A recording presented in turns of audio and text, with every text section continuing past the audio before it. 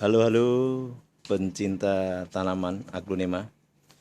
Semoga hari ini sahabat-sahabat sekalian diberikan kesehatan dan keselamatan. Kali ini saya mau melakukan sharing terhadap tanaman aglonema ini.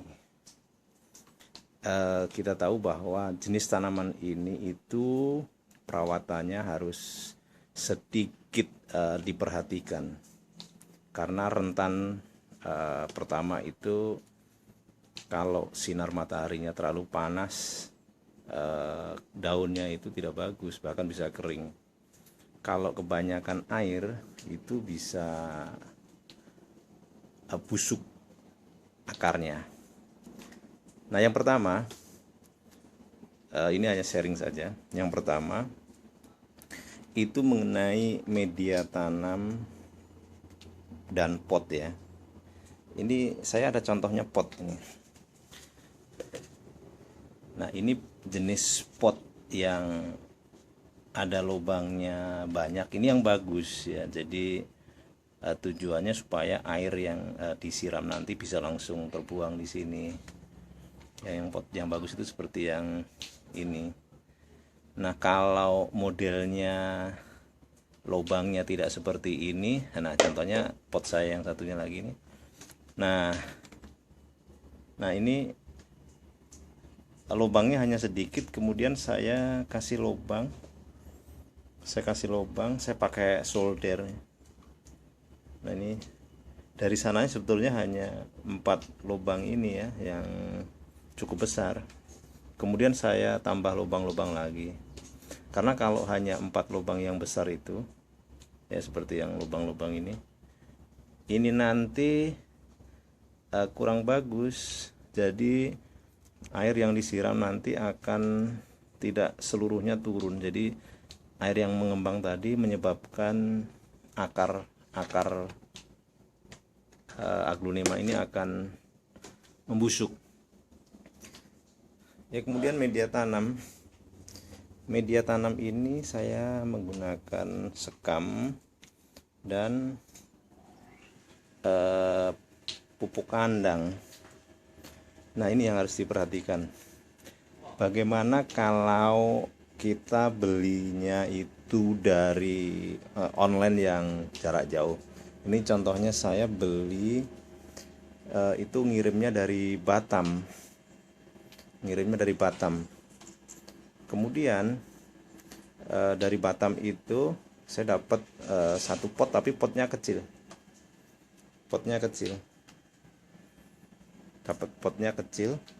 Nah, ini dari Batam. Ini potnya kecil.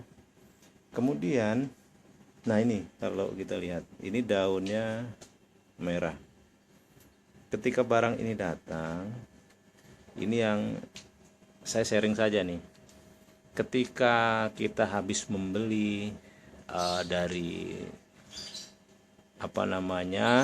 luar kota online ya, atau mungkin dari sini, dari puncak ya, mungkin terjadi perbedaan suhu, perbedaan kelembapan, perbedaan cuaca ya. Kalau di puncak mungkin dingin ya, di Batam mungkin juga dingin.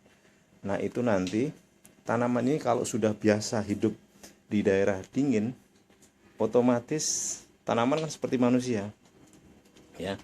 Kalau manusianya itu contohnya anak kecil yang sering-sering kehujanan ya, itu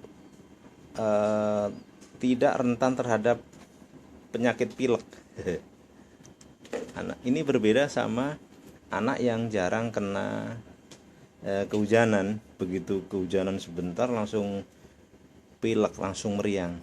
Ini sama dengan tanaman ini. Kalau dari asalnya itu dari daerah yang dingin ya, mungkin dari puncak yang daerahnya dingin, kemudian sinar mataharinya juga bagus, tidak menyengat, kemudian dari medianya mungkin juga subur di sana. Ketika kita bawa ke Jakarta atau daerah panas, maka tanaman ini harus menyesuaikan diri. Nah, ini yang masalah. Jadi kadang ada yang beli, teman saya beli setelah ditanam ternyata banyak yang daunnya ini banyak yang kering, daun bawahnya kering, rontok. Kemudian setelah sekian lama dibongkar. Begitu dibongkar ternyata bawahnya itu banyak yang busuk ya. Jadi akarnya itu busuk. Padahal mereka sudah nonton di YouTube mengenai penyiramannya 2 kali sehari dan tidak boleh kena sinar matahari. Itu sudah dilakukan. Tapi yang saya bilang tadi, karena ini tanaman itu harus menyesuaikan dengan habitatnya. Pertama itu harus menyesuaikan dengan daerahnya dulu. Ya, sehingga kita harus bisa memelihara sesuai sama yang daerah asalnya, kecuali yang ini contohnya ini anakan yang dulu waktu saya beli ini belum ada anaknya ya. Nih anak ini ada 2 anakan ini.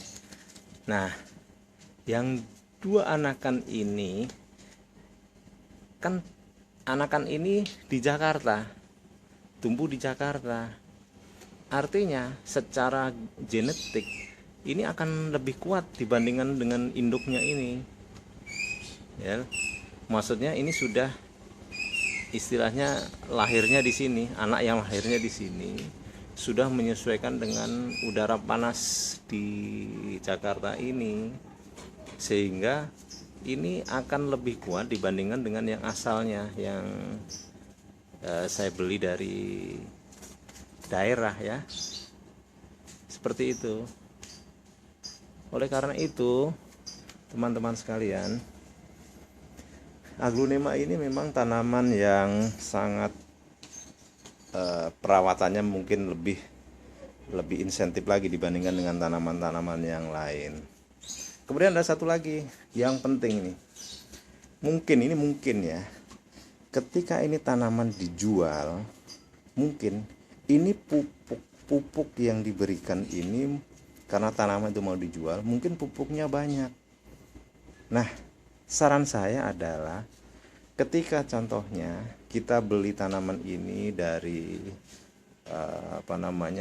toko tanaman, sebisa mungkin untuk medianya ini itu kita ganti semua ya, karena apa? Takutnya ini terlalu banyak pupuk yang terkandung di dalamnya ini ya, takutnya di dalamnya ini itu mengandung banyak pupuk karena kita tidak tahu asalnya, kita tidak tahu pemberian media tanamnya, kan kita tinggal terima 1 pot seperti itu ya. Kalau ini sudah terlalu banyak pupuk, maka kandungan protein di dalam media ini sudah overdosis, sehingga lama-lama kalau sudah overdosis ya, seperti orang kalau sudah overdosis, maka kekuatan daya tahan tubuhnya justru akan rentan terhadap penyakit ya, bukan tahan terhadap penyakit tetapi sangat rentan terhadap penyakit. Jadi penyakitnya biasanya busuk ya, akarnya cepat busuk.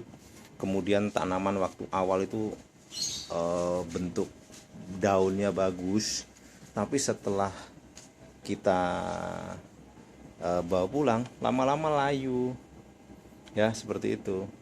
Jadi saran saya ini, ketika kita sudah bawa pulang tanaman ini ya dari toko tanaman,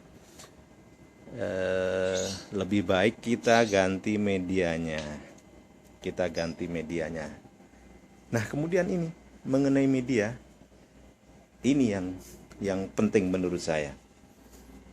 Ketika kita membuat media ini, contohnya ini medianya, tadi saya bilang kita ganti media tanamnya, kemudian kita akan membeli sekam dan mungkin jenis-jenis yang lain bisa. Kalau saya hanya sekam dan pupuk kandang. Nah, sekam yang kita beli itu biasanya kan ditaruh di plastik ya, dan itu saya berkali-kali buka, itu panas sekali. Ketika kita buka terus kita pegang begini, itu panas sekali. Artinya apa? Bahwa media tanam itu sebetulnya kan sudah lama, sudah di stok sama, kan awalnya kan mungkin dari produsen, kemudian masuk ke distributor, kemudian masuk ke toko-toko tanaman. Nah itu kan jangka waktunya lama dan sama sekali tidak kena istilahnya lembab ya, karena di dalam plastik terus. Oleh karena itu saran saya adalah setelah kita beli, ketika contohnya kita mau nanam, itu kita keluarkan sekamnya ya, kita taruh di luar dulu ya, kita buka plastiknya, kemudian kita taruh sekamnya itu di luar, sekaligus kita campur dengan pupuk kandang tadi. Kalau saya ini 50 sekam 50 pupuk kandang ya, ini 50 sekam 50 pupuk kandang.